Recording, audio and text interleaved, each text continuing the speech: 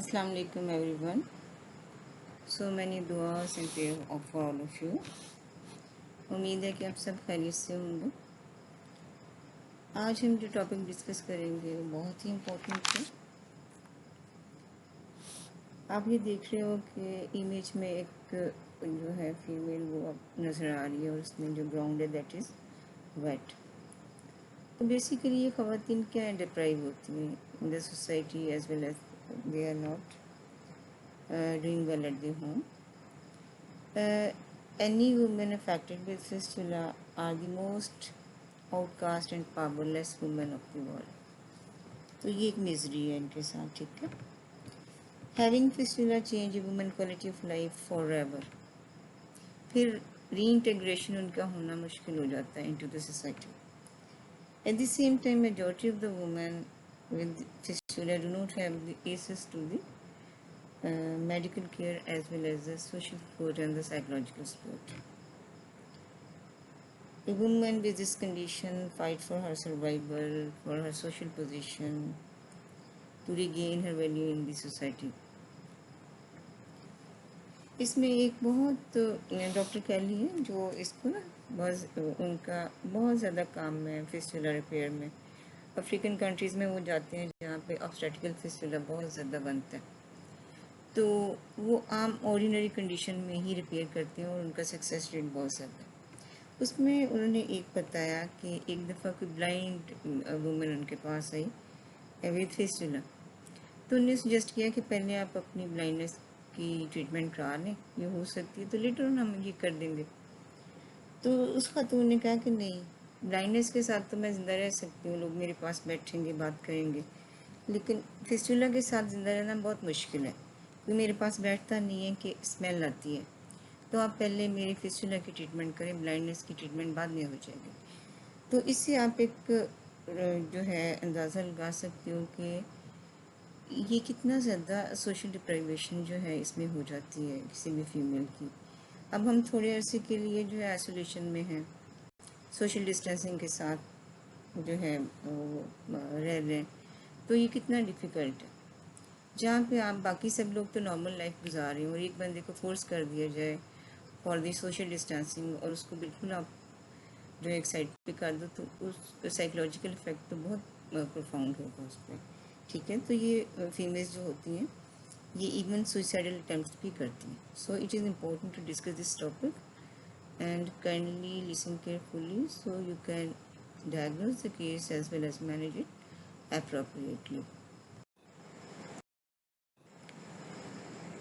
So we will discuss the genitourinary fistula, the fistula between genital system and the urinary system.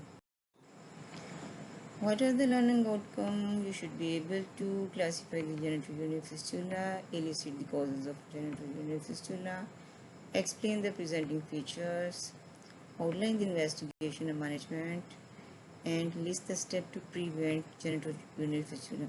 Basically, prevention is better than cure. Cure तो इसमें यही है कि आप prevention पे भी बहुत फोकस करते हो, क्योंकि इसके बहुत से जो कॉजेज़ हैं ना वो प्रिवेंटेबल है, अवॉइडेबल है। तो इससे हम इसका इंसिडेंस लो कर सकते हैं अगर हम अवॉइडेबल फैक्टर्स को प्रिवेंट कर लें। तो What is the definition? Fistula is defined as any abnormal communication between two epithelial lining surfaces. तो इसमें क्या होगा? Any communication between the urinary tract and the genital tract, either acquired or congenital, with involuntary escape of urine into the vagina. ठीक है।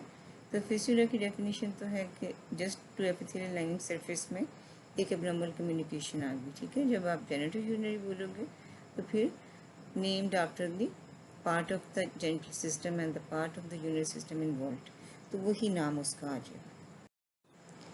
यहाँ पे आप देख सकते हो इमेज में कि a clear defect is seen between the upper part of the vagina and the bladder. This one is the commonest form of the fistula we encounter in our practice. And what is the cause of this type of fistula is usually obstructive labor, that is, it is related to the parturition. So if we monitor the labor appropriately and take the step in time, we can avoid this complication. So it is avoidable. So we can prevent this.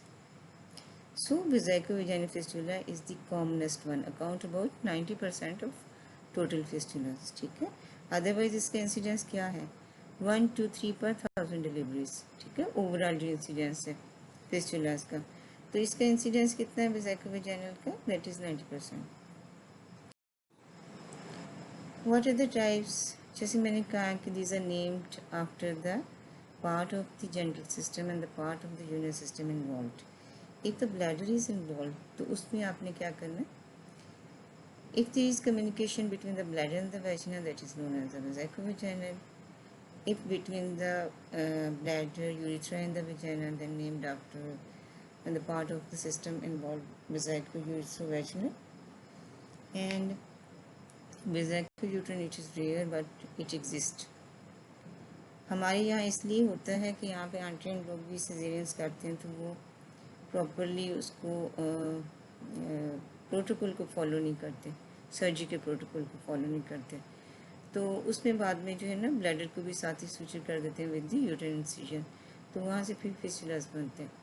Vesico-uterine fistula between the bladder and the uterine cavity.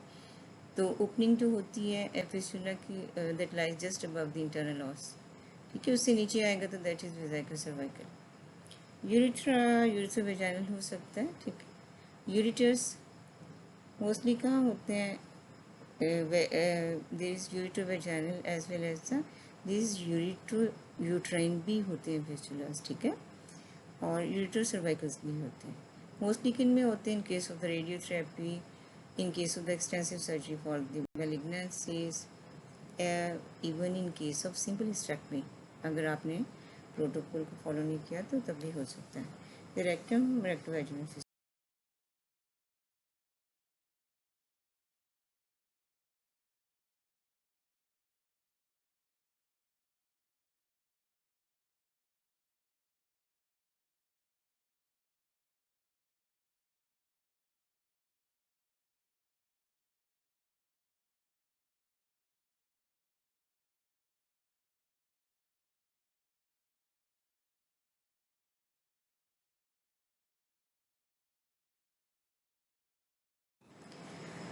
ये आप इसमें देख सकते हो, एक तो real patient पे figure है और दूसरी जो है वैसे उन्होंने बनाए हुए. तो फर्स्ट वन तो हमने पहले डिस्कस कर ली गई वेसिकोवेजिनल फिस्टुला. सेकंड वन में आप देख रहे हो metallic catheter pass through the urethral opening and it is seen at the upper part of the anterior vaginal wall. तो ये abnormal communication शो कर रहा है. ठीक है, तो एग्जामिन कैसे करते हो? Always use the same speculum for this. जब आप रीचेक करोगे पोस्टीरियर वैजिनल वॉल को, तो आपको pooling of the urine in the posterior fornix मिलेगी. ठीक है, if there is large fistula and low in position, you can easily identify that. Higher fistula and the smaller one need further investigations. ठीक है, other than the examination. तो यहाँ पे उन्होंने ना शो कर दिया. ठीक है, जो भी इंस्ट्रूमेंट यूज़ होते हैं, तो आप इसमें कॉस्कोस स्पेकुलम नहीं बोलेंगे, आप इसमें सिम स्पेकुलम बोलेंगे. ठीक है, कॉस्कोस से आप करोगे ना एग्जामिन, तो उसने क्या करना है? वो तो कवर कर लेता है वेजिनल वॉल्स को, तो आपको ना लीकेज नज़र आएगी और ना ही आपको साइट मिलेगी फिस्टुला की. ठीक है, what are the types based on the complexity? कुछ सिंपल्स होते हैं, कुछ जो है कम्प्लेक्स हैं. जैसी बात है, सिंपल उन्हीं को कहोगे smaller in size and away from the trigone whenever there is no history of malignancy or the radiation. Vaginal length is normal, that you can easily manipulate the vaginal tissue and you can easily separate it from the underlying fistulous tract. ठीक है, healthy tissues हैं तो easy to handle हैं, easy to suture हैं, there is high success rate in these cases. Good assessment, एक जो कम trend बंदा है वो भी अच्छा काम कर सकता है. कम्प्लेक्स में क्या होना है? whenever these are larger one involve the trigone, when there is history of radiation, pelvic malignancy, इसमें क्या होता है? स्कार टिश्यू बहुत ज़्यादा होगा. जब भी स्कार टिश्यू कहीं ज़्यादा होता है तो वहाँ हीलिंग कम होती है, सक्सेस रेट कम होगा. ठीक है, और आपको बहुत ज़्यादा एक्सटेंसिव जो है वो डायसेक्शन करनी पड़ती है, उससे फिर वैस्कुलर इंजरीज भी होती हैं, ब्लीडिंग ज़्यादा होती है, और ये सारे फैक्टर्स जो हैं सक्सेस रेट को कम कर देते हैं। Whenever there is shortened vaginal length, पहले मैंने आपको बताया कि obstetrical fistula ज़्यादा बनते हैं, वेसाइकोवेजिनल इज द कॉमनेस्ट वन। तो अब वो सेक्शुअली एक्टिव फीमेल्स हैं, उसमें अगर शॉर्टेड वेजाइनल लेंथ है तो आप मज़ीद उसको शॉर्ट नहीं कर सकते, तो ये कम्प्लेक्सिटी की तरफ जाएगा। If there is scar tissue present, the healing process, it will hinder the healing process and later on success rate. Whenever there is association with the ureters, you may damage the ureter during the repair. So be careful in these situations. ये उनने types बताई हैं कि site कहाँ पे, ठीक है। Site में नेक्स्ट इमेज में आप देख सकते हो कि इनको क्यों उन्होंने कहा कि थोड़े डिफरेंट नेम है, juxtacervical and the mid vaginal and the juxtaurethral subsymphyseal according to the site. Previous one क्या था, वो हमने उसकी नेचर पे किया, not on the site. previous classification is are the types according to the nature of the fistula, either simple or the complex, and this one in accordance with the site of the fistula. तो यहाँ पे आप इस image में देख सकते हो, ठीक है, कि जस्ट बिलो द सर्विक्स उन्होंने जक्स्ट्रा सर्वाइकल का है, मिड वैजिनल में वो नेम ही इंडिकेट कर रहा है, जक्स्ट्रा यूरेथ्रल है just behind the urethral opening and the pubic symphysis and beneath that is known as the subsymphysis. तो कॉजेज़ क्या है, what are the causes, the commonest cause is the obstetrical cause, ठीक है। ये किसी भी developing country में सबसे ज़्यादा यही है, और हम भी डेवलपिंग कंट्री हैं तो ऑब्वियसली हमारे भी सबसे ज़्यादा यही होगा। इसमें जो है ऑब्स्टेट्रिकल लेबर में बनता क्या, दैट इज़ इस्कीमिक। थोड़ी डिटेल्स में आपको बाद में बताती हूँ। तो ट्रॉमेटिक किन केसेस में होगा, whenever you are going to do a delivery with the instrument or you need some restrictive procedure to deliver the features, as in case of shoulder dystocia। वहाँ पे नहीं ना डिलीवर हो रहा होता तो आप क्लीडॉटमी करते हो, क्लेविकल्स को ब्रेक करते हो, या फिर कोई हाइड्रोकेफलस फीटस है तो आपने डिकैपेसिटेशन करनी है हेड की, तो उसमें इंस्ट्रूमेंट यूज़ होते हैं, may be the sharp scissor. तो उससे क्या होता है, trauma to the foetal parts as well as to the adjacent genitourinary system, तो उससे ट्रॉमेटिक फिस्टुलास बनते हैं, ठीक है।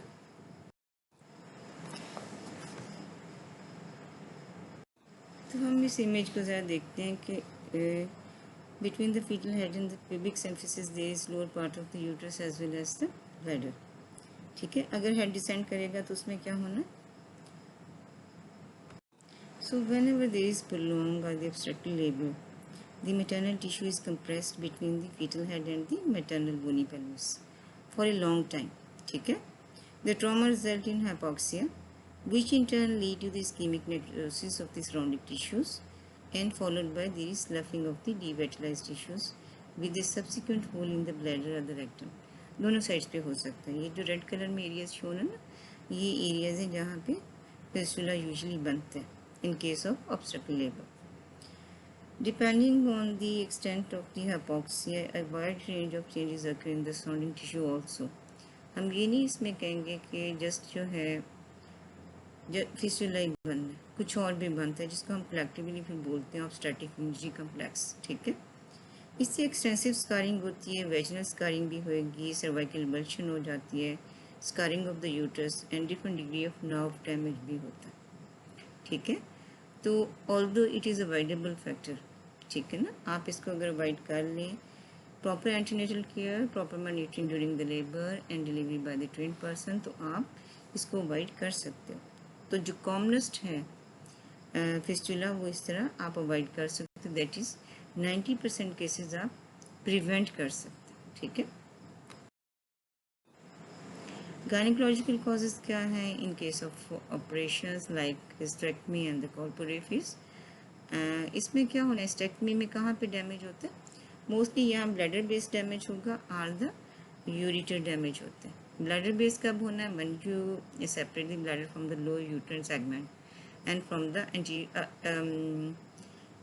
abdominal portion of the cervix, ठीक है ना। cervix से दो पार्ट्स होते हैं, vaginal portion and the abdominal part। तो उसमें जो abdominal part है ना, आप उससे जब सेपरेट करते हो ब्लैडर को तो वहाँ इंजरी हो सकती है, that is the injury to the bladder base. तो उससे क्या बनता है, fistula between the bladder and the vaginal vault, ठीक है। तो उसको भी आप क्या कहते हैं, वेजाइको वेजाइनल फिस्टुला, ठीक है। ये भी अवॉइडेबल है, अगर आप ट्रेंड इनफ हो तो ज़रूरी नहीं है कि आपसे फिस्टुला बने। हिस्टेक्टमी में क्या होता है, इसमें एनाटॉमी बहुत इंपॉर्टेंट है। जब आप लास्ट क्लैंप अप्लाई करते हो at the transverse cervical ligament, तो उसमें थोड़ा सा आप गो थ्रू करें या रिकॉल करें अपना एनाटॉमी का knowledge. In the little 1/3 of the transverse cervical ligament there is a tunnel on the upper margin of the transverse cervical ligament. उस टनल को क्या बोलते हैं, यूरिटेरिक टनल। तो वहाँ पे यूरिटर थोड़ा रन करता है, then it enter into the trigone, ठीक है। तो आप क्या करते हो, अगर क्लोज नहीं रहेंगे यूट्रस के, whenever you apply the clamp on the transverse ligament you may damage the ureters। तो जो लोग बहुत लिटली उसको अप्लाई करने की कोशिश करते हैं, ये 2-2 3-3 क्लैंप एक जगह पे लगाते हैं, वो जो बिगनर्स होते हैं ना, या फिर आप में थोड़ा खौफ हो तो आप फिर 2-2 3-3 क्लैंप्स लगा देते हो कि ये मेरे से स्लिप ना हो जाए, और उसी डर खौफ में आप यूरिटर को भी ट्राई कर देते हो, ठीक है। तो उसमें अगर आप प्रोटोकॉल बेस सर्जरी करो जिस तरह जो है बुक्स में है, तो फिर आप कुछ भी डैमेज नहीं करोगे।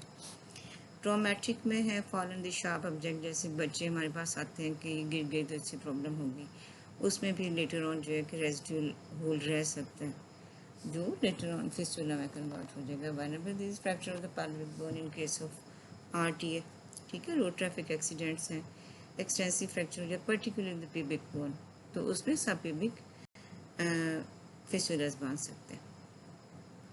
क्रिमिनल अबॉर्शन, जैसे कि टर्म आप देख रहे हो कि सेल्फ एक्सप्लेनेटरी है, तो उसमें ये है कि जब भी क्रिमिनल अबॉर्शन होता है तो किससे होगा, by the untrained persons with the inappropriate instruments in unhealthy environment, तो उसमें डैमेज के चांसेस ज़्यादा होते हैं, ठीक है।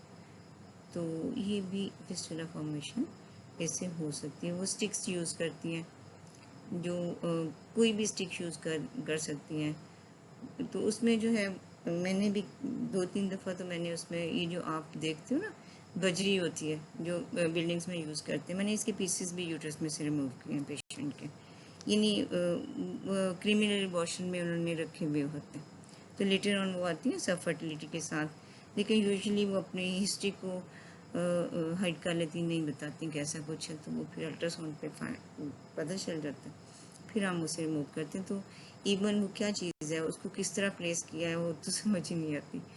Malignancy, whenever there is cervical vaginal bladder malignancies, तो उसमें इश्यूज हो सकते हैं। आपको पता है मलिग्नेंट टिश्यूज इन्वेड करते हैं सराउंडिंग टिश्यूज़ में, ठीक है। तो इसमें इतना ज़्यादा तो इंटरवीनिंग टिश्यू है नहीं between the urinary system and the gender system, ठीक है।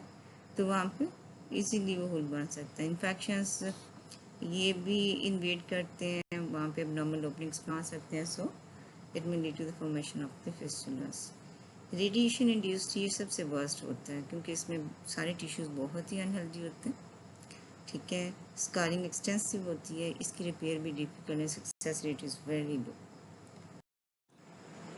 सिम्टम्स क्या आने हैं फिस्टुला के, ठीक है ना, ये कोई इतना मुश्किल नहीं है। जब भी आप हिस्ट्री लें तो आप इजीली जो है सिम्टम और साइन पिक कर सकते हो, उसमें कोई प्रॉब्लम नहीं। बस आपको केयरफुली लिसन करना पेशेंट को, कि उसे अच्छे से सुनो, उसे बोलने दें। डॉक्टर से ज़्यादा पेशेंट बात करे, सारा कुछ डॉक्टर ही नहीं बताए यहाँ पे। अगर डॉक्टर बताने लग जाएगा तो फिर वो ना अपने सिम्टम्स बताएंगे और ना आपको पता चलना ही है, ठीक है। First and the commonest symptom is continuous escape of urine पर vagina. Whenever there is vesico-vaginal fistula, that is the commonest one, patient never need to void urine. ये बहुत इंपॉर्टेंट है, वो ये कहता है कि मैं कभी होल्ड नहीं कर सकी, ठीक है। हाँ, यूरिटेरिक फिस्टुलास हैं तो उसमें क्या होता है, यूजुअली यूनिलेटरल इंजरी होती है ना, एक यूरिटर इंजर होगा, ज़रूरी नहीं है कि दोनों ही डैमेज हो जाए, ठीक है। दोनों डैमेज होंगे तो वो तो पेशेंट फिर रीनल फेलियर के साथ प्रेजेंट करते हैं, वो सिनेरियो डिफरेंट हो जाता है। तो यूजुअली इसमें एक यूरिटर डैमेज होता है, दूसरा ड्रेन कर रहा होता है, तो पेशेंट को ब्लैडर फिलिंग की फीलिंग भी आनी है, उसने यूरिनेट भी करना है। तो यूजुअली ये फिस्टुलास जो है ना, इनकी प्रेजेंटेशन लेट होती है कि पेशेंट यूरिनेट कर रहा होता है, तो उसे समझ नहीं लगती कि इधर it is vaginal discharge or urine is skipping through the vaginal, ठीक है, वो नहीं पता चलता उन्हें। If there is urethral fistulas, तो उसमें ये होता है कि अगर इंटरनल लॉस ने प्रॉब्लम में ना उसको अफेक्ट नहीं किया इसने, तो यूजुअली कंटिन्यूस होती है। होता क्या है, whenever the patient pass the urine, there is a leakage of the urine to the vagina through the abnormal communication between the urethra and the vagina, और at the end of the urination उसको कुछ fluid escape करता हुआ feel करेंगे from the वेजाना, ठीक है ना। वो थोड़ी टाइम के लिए होता है, जैसे 2 to 3 मिनट, और उसके बाद फिर सेटल हो जाता है, तो वो भी यूजुअली अननोटिस रहते हैं और लेट प्रेजेंटेशन होती है। वेजाइको-वेजाइनल फिस्टुला में ये जल्दी प्रेजेंट करते हैं, क्योंकि in vesicovaginal fistula there is continuous escape of the urine by vagina, वो कंट्रोल नहीं कर सकते। तो अर्ज कहाँ होनी है, जैसे मैंने आपको बताया यूरिटेरिक सेकेंडरी एमेनोरिया क्यों हो जाता है, उसमें बहुत से फैक्टर्स हैं कि क्यों होता है, ठीक है, उसको मैं आपको बताती हूँ। And there is foot drop क्यों होना है, whenever there is protrusion of the lumbosacral disc, ठीक है, या फिर इसके साथ पेरोनियल नर्व इंजरी हो जाए। पेशेंट को क्या करती हैं देहात में ख़वातीन, जो बर्थ अटेंडेंट्स हैं, वो उनको स्केटिंग पोजीशन, उन्हें कहती हैं कि आप अडॉप्ट करो स्केटिंग पोजीशन, इससे बेबी डिलीवर हो जाएगा। जब आप प्रेग्नेंट लेडी को बहुत देर तक स्केटिंग पोजीशन में बिठाते हो तो उनकी पेरोनियल नर्व की इंजरी हो सकती है और उससे फिर उन्हें फुट ड्रॉप हो जाता है, ठीक है। Sexual and mental problems, whenever there is continuous escape of the urine from the vagina, तो सेक्शुअल एक्टिविटी में तो प्रॉब्लम्स आएंगी, ठीक है। दूसरा ये कि स्कारिंग ऑफ द वैजिना भी हो सकती है, जिससे पेनफुल क्वेटिस होगा तो वो भी अवॉइडेंस में आ जाता है। तो ये प्रॉब्लम फिर सेक्शुअल प्रॉब्लम्स कॉज करते हैं, और इसके साथ ही मेंटल प्रॉब्लम्स भी आ जाते हैं, जिसमें सुइसाइडल अटेम्प्ट्स भी होती हैं पेशेंट की, और वो ऑल्टर्ड बिहेवियर शो करते हैं, ठीक है, डिप्रेस मूड में रहती हैं 24। Amenorrhoea around about in 64% females में ये हो जाता है। तो डिफरेंट फैक्टर्स हैं that are leading to the amenorrhoea, that may be the Asherman syndrome, that is a region formation inside the uterine cavity. There may be hypothalamic pituitary failure, there may be vaginal scarring, there may be cervical stenosis, के अंदर इकट्ठा होता रहे, ठीक है ना, हेमाटोमेट्रा बन जाए, एंड malnutrition anemia, ये सारे ही जो है कंट्रीब्यूट करते हैं in development of the secondary amenorrhoea, ठीक है, लेकिन पेशेंट्स को होता है ये बहुत ज़्यादा। सब फर्टिलिटी भी रिपोर्टेड है, but the exact magnitude is not determined, many will remain childless for the rest of their lifes. वो क्या इश्यूज हैं, इतना ज़्यादा स्टडी नहीं हुआ ये एरिया ना इन केस ऑफ फिस्टुला, तो एविडेंस भी बहुत कम है, ठीक है। इन्फेक्शंस हो सकते हैं, recurrent urinary tract infection, may be the lower may be the upper urinary tract infections, तो क्योंकि हाइजीन पुअर होती है पेशेंट की, वो बहुत ज़्यादा जो है वो ना तो पैड्स चेंज कर सकता है, और ज़्यादा वो इन्हीं ख़वातीन में डेवलप होता है ना जो जिनको फैसिलिटीज़ अवेलेबल नहीं होती, ठीक है, और वो अफोर्ड नहीं करती, तो वो ही नहीं एंटीनेटल कराती हैं और वही घर पे डिलीवरीज भी कराती हैं, और उन्हीं को ज़्यादा डेवलप होते हैं, तो इसमें ये इश्यूज़ आ जाते हैं, ठीक है। तो वो हाइजीन ज़ाहिर सी बात नहीं होगी, वो प्रॉपरली चेंज नहीं कर सकती, मोस्टली वो यूज़ करती हैं क्लॉथ्स, उनको वॉश करती हैं फिर यूज़ करती हैं, तो उससे इश्यूज़ बनते हैं, असेंडिंग इन्फेक्शंस हो जाते हैं, ठीक है। कंट्रैक्चर ऑफ लोअर लिम्ब भी इसमें होते हैं। उसमें क्या होता है कि पेशेंट जो है वो ट्राई कर रहा होता है कि मैं अगर नहीं मूव करूँगा, नहीं उठूँगा, तो हो सकता है कि यूरिन लीक ना हो, लेकिन ऐसा होता नहीं है। इसी में क्या होता है कि वो मंथ्स तक फ्लोर पे लेटी रहती हैं, ठीक है ना, with the vein hope of preventing urine leakage and curing their problem. And they may lie on the floor for months and years, which lead to the severe contracture of the lower limbs, ठीक है, तो उसमें उनको physiotherapy की जरूरत पड़ती है, ठीक है। कुछ और इश्यूज भी इसमें हो सकते हैं, मेंटल प्रॉब्लम मैंने आपको बता दिया, they may be the urine dermatitis, continuous leakage है तो जो वल्वल स्किन है उसका डर्माटाइटिस हो जाएगा। Renal failure in some cases में भी हो सकता है, whenever the obstruction of one or the both ureters, ठीक है।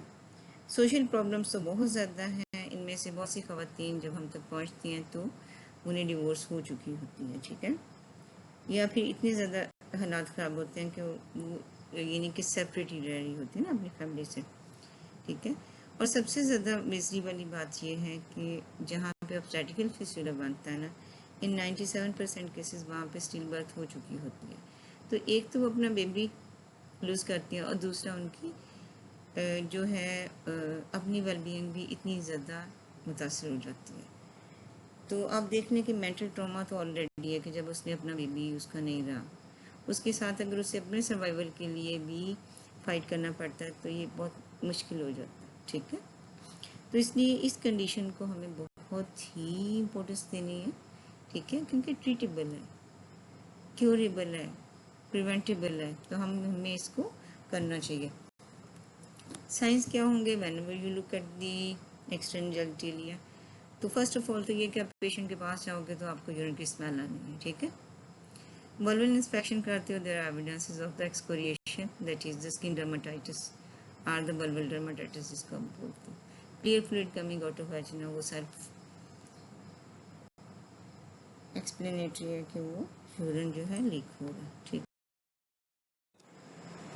एग्जामिन कैसे करते हो? मैंने एक प्रीवियस स्लाइड में आपको दिखाया है कि उसमें आप सिम स्पेकुलम यूज़ करते हो। Retract the posterior vaginal wall under the good light in the lithotomy position. तो देखना क्या है, where the fistula located, what is its size, is it big or small, ठीक है, involving the bladder mucosa, the prolapse of the bladder mucosa, and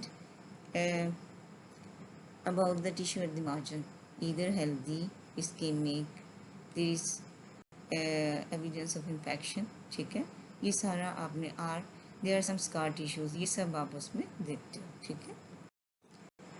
ये अब आप एक इमेज देखें, इसमें उन्होंने एक ना फिस्टुला शो किया हुआ, ठीक है। The central hole is the fistula, that is the vaginal fistula. Catheter is a patient, और आप उस होल में से इजीली आपको नजर आ रहा है कि there is catheter inside the bladder, ठीक है ना। और जो डिफेक्ट है that is in the wall of the bladder as well as in the vaginal wall, ठीक है। दोनों वॉल्स में डिफेक्ट होगा तो होल बनता है ना, ठीक है। तो that is vaginal fistula, basically moderate size है, इससे बड़े भी होते हैं, ठीक है। तो डिफरेंशियल डायग्नोसिस क्या है? स्ट्रेस इनकंटिनेंस भी हो सकती है, लेकिन उसमें होना क्या है, कंटिन्यूस लीकेज नहीं होगी, ठीक है। पेशेंट कब लीक करता है? whenever there is increase in the intra-abdominal pressure during cuffing, laughing, heavy weight lifting, वैसे नहीं होगा। आज इनकंटिनेंस में क्या है कि रिपीटेडली उसकी फ्रीक्वेंसी ऑफ मैच्योरेशन इंक्रीज कर जाती है। देयर इज नॉक्चूरिया, कि रात को बार बार यूरिन पास करने की होती है, ठीक है। वो फिस्टुला में नहीं होगा, उसमें तो उसे अर्ज नहीं होती इन वीवीएफ, ठीक है। सिस्टाइटिस में क्या होगा, थोड़ी सिम्टम डिफरेंट होने, they may be dysuria, they may be increase frequency micturition, they may be nocturia, और उसमें आपको कंप्लीट यूरिन एग्जामिनेशन पे पर्सन्स मिल जाते हैं। समटाइम कॉपियस वेजाइनल डिस्चार्ज भी लोग कहते हैं कि इसके साथ कर लेते हैं कि शायद ये कोई लीकेज ऑफ यूरिन है, ठीक है। तो उसमें कैरेक्टरिस्टिक्स में चेंज होती है। Normal vaginal discharge is gelatinous fluid, may be copious, और जब ये इन्फेक्टिव होना तो that may be the curd like a milk, that is homogeneous discharge in case of the vaginal bacterial vaginosis, and curd like discharge in case of the candida infections। तो वो आप easily differentiate कर सकते हो। Investigate कैसे करना है? On the basis of the history, examination and few test. इसमें सबसे इंपॉर्टेंट है 3 स्वैब टेस्ट है, ये थोड़ी सी डिटेल में हम जाएंगे। Intravenous urography whenever you want to gain some information about the upper urinary tract, ठीक है। Retrograde pyelography help us in identifying the exact size of the ureterovaginal fistula, ठीक है। सिस्टोग्राफी कहाँ करते हो? जहाँ पे आपने एक एबनॉर्मल कम्युनिकेशन देखनी है between uterus and the bladder. Sinography ऐसे भी होता है कि जहाँ पे भी एक्सटेंसिव सर्जरीज हैं, जैसे कि मैलिग्नेंसीज में होती है, तो वहाँ पे इंटेस्टाइनो जेंटल फिस्टुलास बन सकते हैं, तो उसके लिए फिस्टुलोग्राफी की जरूरत पड़ती है। हिस्टेरोसल्पिंजोग्राफी is commonly used to assess the status of the fallopian tubes, लेकिन at the same time we can use it to assess the or to locate the fistula between the uterine cavity and the bladder, ठीक है। उसमें क्या है, आपने एक फोलिस जो है बेबी साइज फोलिस होता है फ्रेंच 6 का, ये नंबर है फ्रेंच 6, ठीक है। उसको इंट्रायूटेन रख देते हो, then inject the urografin through that catheter, into the uterus. तो यूटरस की वॉल जो है वो थिक है, intrauterine pressure is more than the intravesical pressure. तो जो भी फ्लूइड है वो मूव करेगा from the uterine cavity to the bladder. और जब आपने यूरोग्राफी की है इंजेक्ट, तो उसने सिक्रीट होना है इनटू द ब्लैडर। और जब आप एक्सरे करोगे तो आपको डिफेक्ट नज़र आ जाएगा, अदरवाइज तो इनकी कम्युनिकेशन नहीं है ना, ठीक है, कि वो यूटरन कैविटी में रहे ट्यूब्स तक जाए, लेकिन वो वहाँ तो नहीं जाना चाहिए इनटू द ब्लैडर। अगर आपको उधर भी मिल रहा है तो it means there is abnormal communication between the uterine cavity and the bladder. Cystourethroscopy basically हम किस लिए करते हैं कि हमें एग्जैक्ट लोकेशन जो है फिस्टुला की पता चले और इसका रिलेशनशिप विद द यूटरिक ऑरिफिस, कि जब आप उसे डिसेक्शन कर रहे हो तो ये नहीं हो कि आप यूरेटर डैमेज कर दें, यूटरिक ओपनिंग्स को ही क्लोज कर दें, ठीक है, कि एक चीज़ आपको ट्रीट कर रहे हो और दूसरी बना रहे हो, तो इसको तो ट्रीटमेंट नहीं कहते हैं ना, ये डिज़ास्टर होता है। तो जहाँ पे कॉम्प्लेक्स फिस्टुलास हों तो कुछ और इन्वेस्टिगेशंस की भी ज़रूरत पड़ती है, मे बी अल्ट्रासाउंड, सीटी of the MRI, and the most important is examination and anaesthesia, ठीक है। ये बहुत इजी सा है जो एग्जामिनेशन एंड एनेस्थीसिया, और आपको लॉट ऑफ इन्फॉर्मेशन दे जाता है, ठीक है ना, अबाउट द फिस्टुला। और ये बहुत ही आपको हेल्प करता है इन रिपेयर ऑफ फिस्टुला, ठीक है। 3 स्टेप टेस्ट में क्या करना है, आप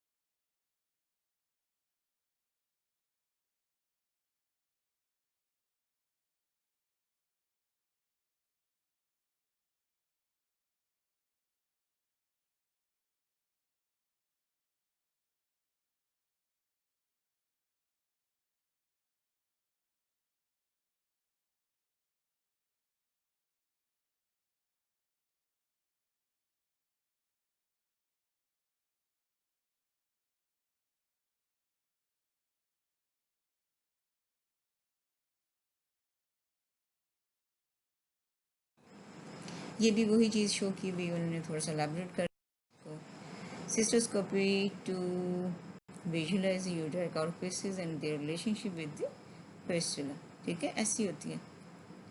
ब्लैडर को तो आप देख सकते हो ना, ये यूट्रस नहीं है, ये ब्लैडर है, क्योंकि इसमें आपको यूटरिक ऑरिफिसेस में। फिर आपने मैनेज कैसे करना है, फर्स्ट ऑफ ऑल तो आपको काउंसल करना चाहिए पेशेंट को, ठीक है। जब तक आप किसी मरीज़ को उसकी डायग्नोसिस नहीं बताओगे, आप उससे ट्रीट तो नहीं कर सकते, उसे तो पता नहीं मुझे मसला क्या है, तो ट्रीटमेंट कैसे होगा। तो first of all counsel the couple regarding the diagnosis and the further management, the difficulty you may encounter during the procedure and success rate, ठीक है। Long term and the short term complications भी आपने बतानी है patient को, ठीक है। और इसमें एक तो प्रिंसिपल ऑफ मैनेजमेंट आएगा, दूसरा सर्जिकल मैनेजमेंट आएगा, उसी के प्रिंसिपल्स, ठीक है ना, मैनेजमेंट के। लेकिन ज़रूरी नहीं है कि मैनेजमेंट सारी सर्जिकल हो, कंजर्वेटिव मैनेजमेंट भी बीच में आती है, ठीक है।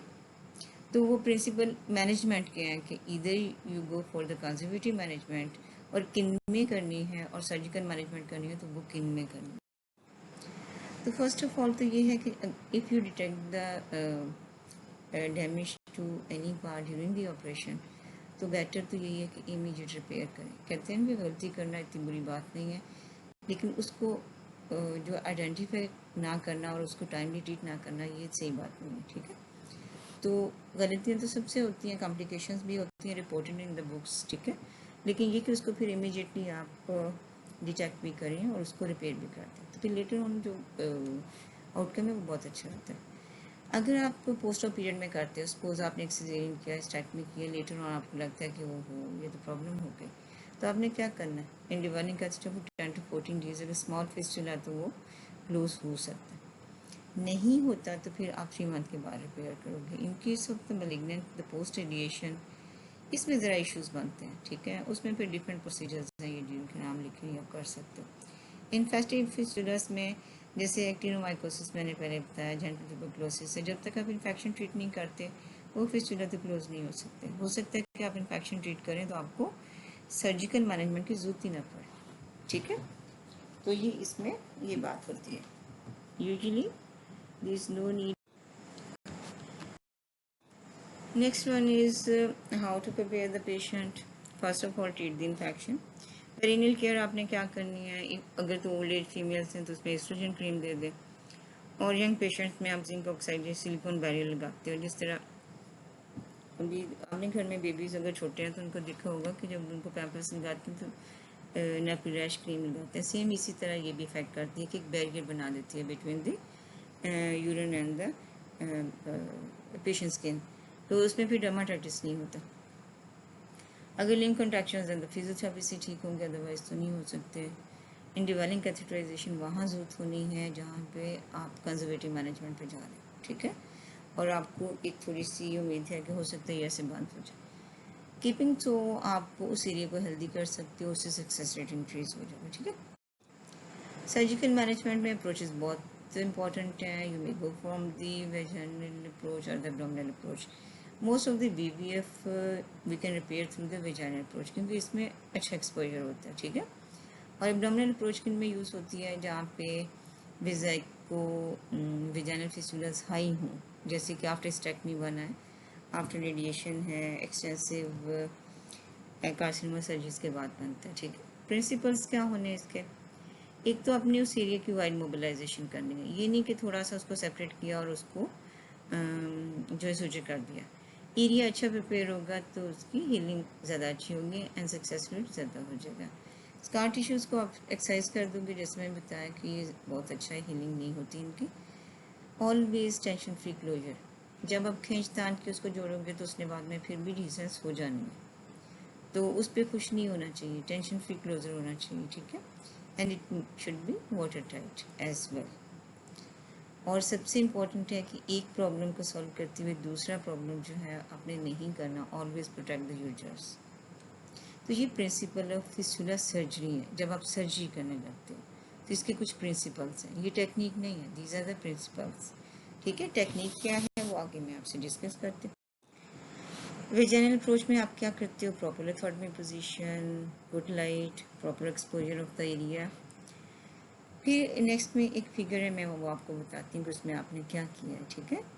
यही चीज़ें हम एक्सप्लेन कर लेंगे ना, यही वाले से। अब यहाँ पे आप देख रहे हो कि फर्स्ट उन्होंने लाइन की है, surgery performed in the dorsal lithotomy position, ठीक है। तो बिल्कुल हमें इसी में करनी है कि अगर आप वेजाइनल अप्रोच से कर रहे हो तो अदरवाइज तो आप एरिया एक्सपोज नहीं कर सकते, ठीक है। तो फर्स्ट ऑफ ऑल आपने क्या करना है, एग्जामिनेशन अंडर एनेस्थीसिया, ठीक है। लोकेट करें कहाँ पे फिस्टुला है, उसका साइज़ क्या है, ठीक है। और टिश्यूज़ को तो हम पहले असेस कर चुके होते हैं। साथ में आप फोरिस प्लेस कर देंगे, और अगर आपने पर प्रोटोकॉल किया तो मोर देन 90% सक्सेस रेट है, ठीक है, इन मल्टीपल स्टडीज़। यहाँ पे आप देख रहे हो कि उन्होंने होल्ड किया हुआ एक ग्रेस्पर से और सीजर से उसको फ्रेश कर रहे हैं मार्जिन ऑफ द फिस्टुला को। ऊपर राइट कॉर्नर पे एक इमेज है जिसमें इनर लेयर जो है that is of the bladder and the outer one is vaginal mucosa. तो इस तरह इन दोनों को आपने सेपरेट कर लेना है और इनके मार्जिन्स फ्रेश कर लेने। Always prepare the area before suturing. Area से क्या आप लेते हो, मीनिंग्स क्या लेते हो, that may be the bladder wall और that may be the vaginal wall. अगर आप उनको स्कार टिश्यू वैसे रहने दोगे, उसके मार्जिन फ्रेश नहीं करते, उसको सेपरेट नहीं करते, तो उसमें फिर सक्सेस नहीं होगा, वो लाजमी है कि उसने फिर फेल। यहाँ पे आप देख रहे हो कि in the left upper first figure में उसने जो फिस्टुला वाली साइड है वहाँ से एक सर्कुलर इंसिजन दिया ऑन द विजाइनल मकोसा, ठीक है। विजाइनल मकोसा पहले आता है, फिर आता है प्रीवेजिकल फेशिया, और उसके पीछे फिर आएगा, पोस्टीरियरली आएगा ब्लैडर, ठीक है। तो इसी तरह आपने इसी सीक्वेंस में उनको डिसेक्ट भी करना है। तो फर्स्ट ऑफ ऑल आप क्या करते हो, फिस्टुलस ओपनिंग के राउंड जो है सर्कुलर इंसिजन देते हो, उसे फिर अपवर्ड एंड डाउनवर्ड थोड़ा हम डिसेक्ट कर लेते हैं, ठीक है। फिर आप जो है नेक्स्ट स्टेप आपका ये होता है कि आपने ब्लैडर वॉल जहाँ पे फिस्टुला है उसको एक्सरसाइज करना है इन द सर्कुलर फैशन, ठीक है। उन दोनों को vaginal wall as well as the bladder wall उनको सेपरेट कर लेते हो। जब सेपरेट कर लेते हो तो आपके पास एरियाज प्रिपेयर है। विजाइनल म्यूकोजा को भी आपने फ्रेश कर लिया और ब्लैडर वॉल को भी कर लिया, तो फिर आप इसमें कैसे सूचर करोगे। तो यहाँ थोड़ा सा है कि इन case of the vaginal approach always suture the bladder first, ठीक है। 2-0 वाइकल सूचर है जिससे आप डिलीड एब्जॉर्बेबल सूचर है, उससे आप इसको वाटर टाइट क्लोजर करते हो। फिर उसके बाद आपने नेक्स्ट जो है वो विजाइनल वॉल सूचर करनी है, ठीक है। ऐसे नहीं करना कि विजाइनल वॉल पहले सूचर करनी तो फिर हमें ब्लैडर के एजेस तो मिलेंगे नहीं, ठीक है। सूचर करने के लिए तो पहले आप ब्लैडर वॉल सूचर करते हो इन case of the vaginal approach, ठीक है। ये मैंने बेटा जो होती है ना ये वाली मिस्टेक्स छोटी छोटी, ये इवन जो FCPS का एग्ज़ाम है उसमें भी आपको टॉक्स में मिलती हैं कि कैंडिडेट आके बैठते हैं। लास्ट एज में मैंने लिया था एक हॉस्पी, उनका हॉस्पी स्टेशन से तो मैंने लिए थे FCPS वालों की। तो वो आती वो पहला काम क्या करती थी कि एक ना इंटरेक्टिव स्टेशन था हैंड्स ऑन का, तो उसमें वो जल्दी से अपना जो है नीडल होल्डर उठाती थी, सूचर लगाती थी और जैसे वो पड़ा हुआ था ना गोट ब्लैडर उसको जल्दी से सूचर करना शुरू कर देती थी, एरिया प्रिपेयर नहीं करती। तो ये मिस्टेक्स जो है ना बड़े हाई लेवल पे भी हो जाती हैं। तो अभी से अपना कंसेप्ट क्लियर कर लें कि एरिया प्रिपेयर करना मस्ट है। And in case of the vaginal approach first of all repair the bladder wall and then the vaginal wall. और जब अपने एब्डोमिनल अप्रोच करनी है तो इसका रिवर्स हो जाएगा, ठीक, अपोजिट हो जाएगा। इसमें आप क्या करते हो, you may open the bladder extra peritoneally, जिस तरह आप ब्लैडर स्टोन रिमूव करने के लिए करते हो। आगे आप सर्जिकल क्लासेस लेंगे या उसके क्लिनिकल क्लासेस लेंगे तो आपको पता चलेगा, या यूरोलॉजी की, या फिर आप ट्रांसपेरिटोनियली जाते हो जिस तरह हम एब्डोमेन ओपन करते हैं in case of the section of the hysterectomy. उसमें भी वही करना है, exercise the fistular tract, remove the scar tissue, separate the bladder tissue from the vaginal wall. इसमें आप वैजिनल वॉल को पहले क्लोज करोगे and then the bladder wall, ठीक है। The most important thing is the post op management, इसको नहीं भूलना। आपने जितनी भी अच्छी रिपेयर की हो, एक्सीलेंट हो, उसमें कोई फ्लॉस ना हो, आपने थाउजेंड्स फिस्टुला रिपेयर कर लिए हों, लेकिन अगर किस बात की पोस्ट ऑफ केयर अच्छी नहीं है तो फेलियर रेट बहुत हाई, ठीक है। एक रेंज है कि इतनी हमें ड्रेनेज उनसे देनी पड़ती है ब्लैडर को, फ्रॉम 14 to 21 डेज। वो फिर डिफरेंट में डिफरेंट है। सर्जिकल है, जिस तरह की स्टेक्टमी में वैसे इंजरी हो गई या डैमेज हो गया तो 10 to 14 डेज इज इनफ, ठीक है, सफिशेंट हो जाता है वो टाइम पीरियड। ऑप्स फिस्टुला है, जैसे मैंने पहले आपको बताया था कि उसमें स्कीमिया होता है, प्रेस रहते हैं ना tissue between the foetal head and the pubic symphysis, तो वो स्कीमिया होता है और वहाँ पे जो डीविटलाइज टिश्यूज़ होते हैं उनकी स्लफिंग होती है, तो वहाँ आपको थोड़ा सा कैथेटर ज़्यादा डेज के लिए रिटेन करना पड़ता है, that is about 21 days and 3 weeks. Radiation induced है, वहाँ तो बहुत ही अनहेल्दी टिश्यू है, स्कारिंग बहुत ज़्यादा है। ऐसा टिश्यू ही नहीं है कि जो उसकी रीयूनियन पॉसिबल हो, और पॉसिबल है तो बहुत डिलीड है, तो उसमें आपको एटलीस्ट 6 वीक का 42 डेज रखना पड़ता है। अब अगर आपने ड्रेनेज तो प्रॉपर रखी लेकिन पेशेंट सुबह से रात तक सिर्फ एक गिलास पानी पी रहा है, तो उससे क्या होना, हाईली कंसनट्रेटेड यूरिन, ठीक है, तो उससे प्रोन टू इन्फेक्शंस होगी, लेटर ऑन कॉम्प्लिकेशंस हो जाएंगे। तो आपने उसे कहना है कि प्लेंटी ऑफ IV फ्लूइड्स पहले तो दें और लेटर ऑन जब वो NP ऑफ हो जाए, यानी कि उसका खाना पीना हम शुरू कर दें, फिर उसे हम कहेंगे कि आप ना प्लेंटी ऑफ फ्लूइड्स लें थ्रू माउथ, ठीक है। कंटिन्यूस ब्लैडर ड्रेनेज इस तरह इंश्योर करोगे कि पेशेंट से भी कहेंगे कि आपको अगर इस नाली में यूरिन नहीं आता और आपको लगता है कि सुपर प्यूबिक रीजन में पेन है तो आप फौरी बताएं, और जो भी अटेंडिंग डॉक्टर होगा वो भी उसको अच्छे से वॉच करेगा। तो इसमें मोस्ट इम्पॉर्टेंट यही है कि कंटिन्यूस ब्लैडर ड्रेनेज होनी चाहिए, ठीक है, और रिकमेंडेड टाइम तक हो, और एडिक्वेट फ्लूइड इनटेक। ये सक्सेस इससे बहुत बेहतर हो जाती है, ठीक है, मोर देन 90% है अगर आपने पोस्ट ऑफ केयर भी ऐसी ही की है। अदरवाइज जैसे मैंने आपको बताया जितनी भी अच्छी रिपेयर हो, अगर पोस्ट ऑफ केयर अच्छी नहीं है तो वो फेलियर रेट बहुत हाई है इसका, ठीक है। इंस्ट्रक्शंस क्या देनी है, आप हाउस विजिटर हो, आपने पेशेंट को डिस्चार्ज करना है, अभी काउंसिल भी करना है पेशेंट को, ठीक है, सब डॉक्टर साहबान बन जाओगे थोड़े दिनों में। तो उसमें आपने उसे क्या बताना है कि avoid sexual activity for at least 3 months, ठीक है। प्रेगनेंसी वो 1 year तक करेगी डेफर, लेकिन प्रेगनेंसी वो खुद डेफर नहीं कर सकती, उसके लिए आप उसे आउटलेट बताओगे कि आप जो है फैमिली प्लानिंग ऑफिस का विज़िट करें, वहाँ पे डिस्कस करें डॉक्टर के साथ अपने फैमिली प्लानिंग के इश्यूज़, और जो भी आपने मेथड चूज़ करना है वो लॉक कर लें, ठीक है। अदरवाइज़ जो है प्रेगनेंसी डेफर नहीं हो सकती, पॉसिबल नहीं। सक्सेसफुल रिपेयर है तो always go for the caesarean section, ठीक है ना। फिर एक और मिस्ट्री में मत डालो पेशेंट को। और रिपेयर फेल है तो फिर आपको रीअटेम्प्ट करना आफ्टर 3 मंथ, क्योंकि इतना टाइम पीरियड चाहिए कि टिश्यूज हेल्प। यूरिटेरिक रिपेयर है, ये बैरल आपके स्कोप से बियॉन्ड है, लेकिन इसमें एक दो चीज़ें हम देख लेते हैं कि इसमें यूरिटेरिक शीथ को आप डैमेज नहीं करते, because there is blood supply in that sheath. Ureter अच्छा मोबिलाइज करें, इसमें भी टेंशन फ्री एनास्टोमोसिस होना चाहिए, वाटर टाइट होना चाहिए, later on stenting and passive drainage, ठीक है। वो स्टेंट जो है ना उसके अंदर होल होता है, जैसे एक पाइप के अंदर एक दूसरा पाइप डालते हैं, ठीक है। तो इस तरह स्टेंट यूटर के अंदर रखा जाता है, तो उसमें पैसिव ड्रेनेज होता है, ठीक है। प्रिंसिपल यही है कि अगर ऑपरेशन में प्रॉब्लम हो गई है तो आप उसी टाइम उसको रिपेयर कर दें। किंकिंग है तो immediate removal of the suture, if you have ligated then immediate deligation, और स्टंटिंग इन सब में रिक्वायर्ड होगी, ठीक है।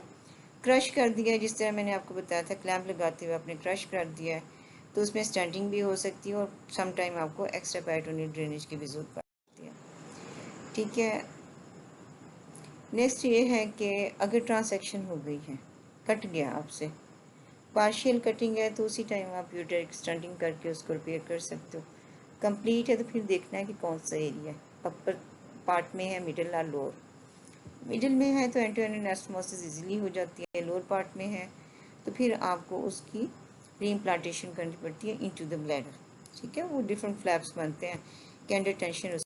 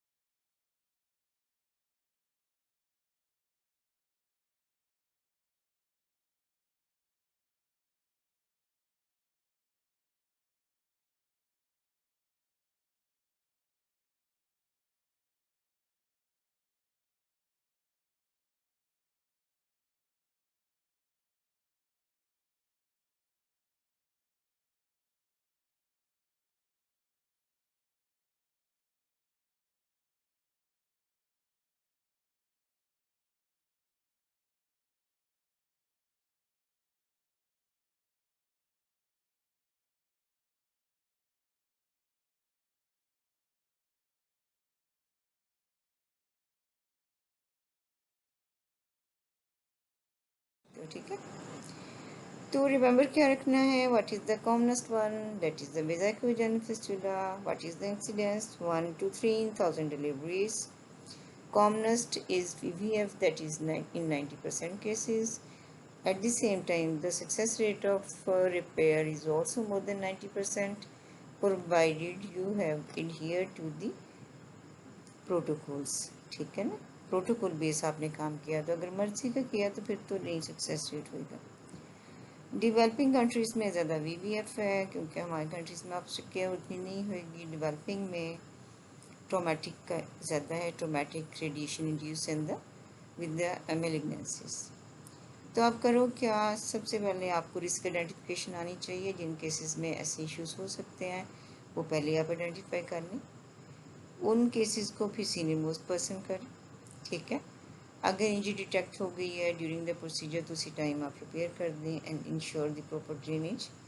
और लेटर ऑन हुआ है तो फिर आपको 3 मंथ तक वेट करना पड़ेगा इफ़ कंजर्वेटिव मैनेजमेंट फेल्ड, और ड्रेनेज आप कितनी देर के लिए करते हो, फॉर 10 to 14 days। मेरा ख्याल है कि आपको कुछ समझ आ गई होगी, ठीक है। और आप गो थ्रू दोबारा भी कर सकते हो स्लाइड को। कोई क्वेश्चन हो तो आप ड्रॉप कर दें, व्हाट्सएप ग्रुप में जो ऑप्स कहने का बना हुआ आपको आंसर मिल जाएगा, ठीक है। Thank you very much for listening. Stay blessed and happy always. अल्लाह हाफिज़।